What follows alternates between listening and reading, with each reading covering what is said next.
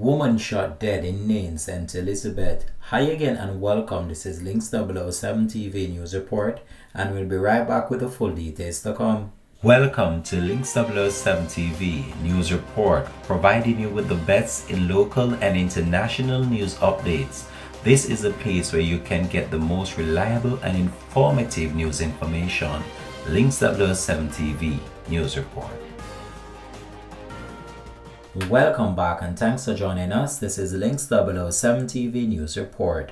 A woman was shot dead in the vicinity of a bar in Nain, St. Elizabeth on Wednesday night, leaving residents and a political representative there shocked and puzzled.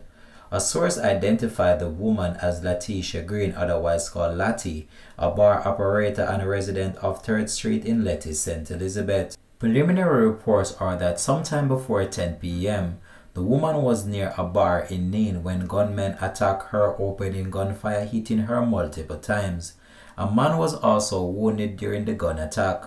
The victims were taken to hospital where Green was pronounced dead and the man admitted for treatment. Councillor Leighton Simit from the People's National Party Marysville Division expressed concern following the incident. According to the councillor, the murder came as a shock to many in the community.